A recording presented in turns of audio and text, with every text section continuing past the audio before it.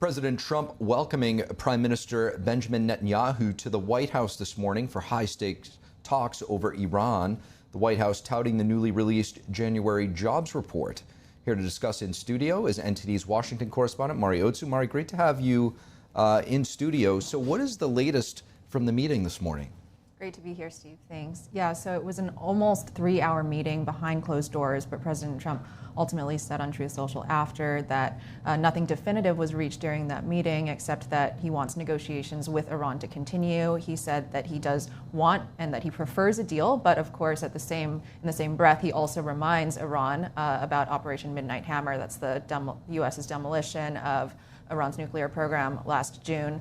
He also says that the meeting itself, which was Netanyahu's and Trump's 7th meeting in President Trump's second term, was very good, and that he touted the tremendous, quote, tremendous relationship between the U.S. and Israel.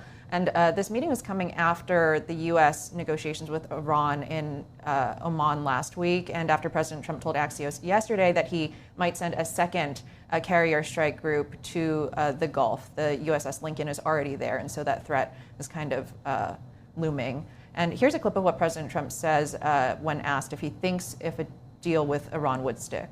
Let's take a look. They wouldn't talk to anybody else, but they're talking to me. But, you know, it's a good question. A lot of people say no. And I would say that I'd rather make a deal. It's got to be a good deal. No nuclear weapons, no missiles, no this, no that. The Trump-Netanyahu meeting comes as demonstrators in Tehran celebrate the 47th anniversary of the Islamic Revolution. That's the 1979 uprising that ousted the pro-Western Shah, installing a theocratic dictatorship enforcing Sharia law. Demonstrators chant "Death to Israel" as the senior official in Iran's ruling system calls for national unity. We are not seeking nuclear weapons.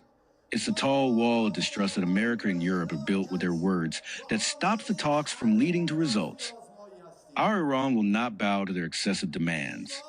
It will not back off in the face of injustice and aggression. That's as Iran doubles down on plans to continue its uranium enrichment program, with Iran's foreign minister saying he will not negotiate Iran's missile capabilities.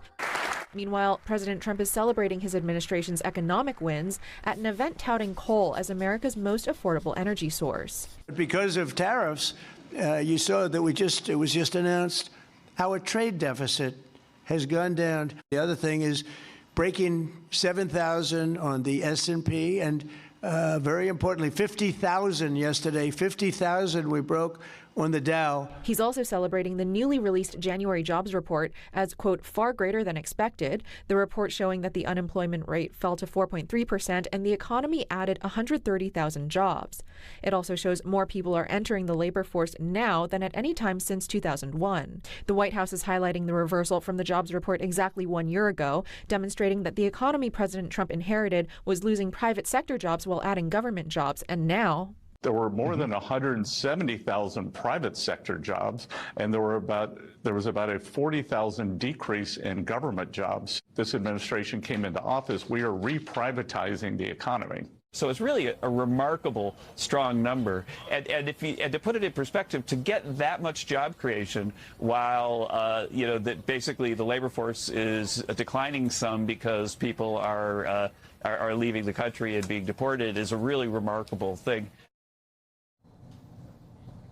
And also at his coal event today, President Trump is directing Energy Secretary Chris Wright and the Department of Energy to issue funds to coal plants in Kentucky, West Virginia, Ohio, and North Carolina to keep those alive and running. And he's also signing an executive order directing the Pentagon to purchase their electricity from coal plants to power military operations. NTD's Mari Otsu, thanks so much for the update.